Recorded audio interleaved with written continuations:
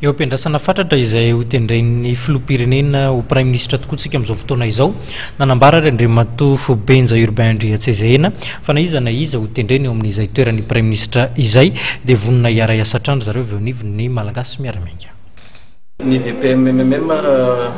rahantsika mahafantatra fa ao anatin'ny PMP rehefa nanolotra anarana ny PMP hitanareo mpanao gazety dia fany amin'ny Andriamatoa filoham-pirenena dia miantra zahay hoe iza no tendreny eo nefa tsara ny mampafantatra fa na iza ny olona ho tendreny Andriamatoa filoha dia vonona trano zahay miara-miasa amin'izay prime ministre fitendreo. Tsy anti-constitutionnel vile amin'ny PMP hoe manolotra candidat PMC tsy mahazo. Fataina azy zany satria ny vondrona maromaro mitambatra asa fantatrareo fa natratra 5 nisan'ny solo-mavamahoaka ao anatina vondrona politika nanolotra ny anaran'ny prime ministre zay nalefa tany amin'ny Andriamatoa filoha dia anjaran'ny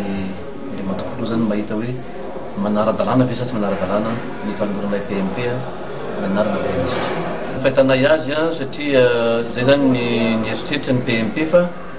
tokony ho isy ny fivoriana tsy ara-potoana ho andinina tena amin'ny ambongadiny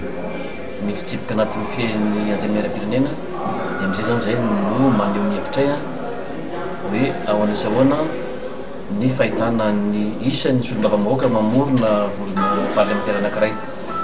Ny fahitanay azy ohatrany hoe taloha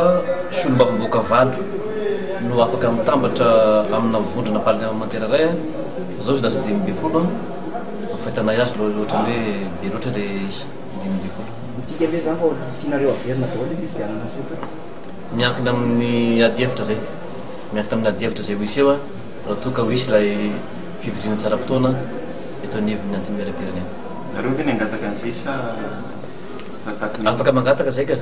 afaka mangataka ny solo-mavamahoaka nefa afaka tonga dia mampiantso koa ny filohan'ny repoblika amin'ny alalan'ny filan-kevitry ministre.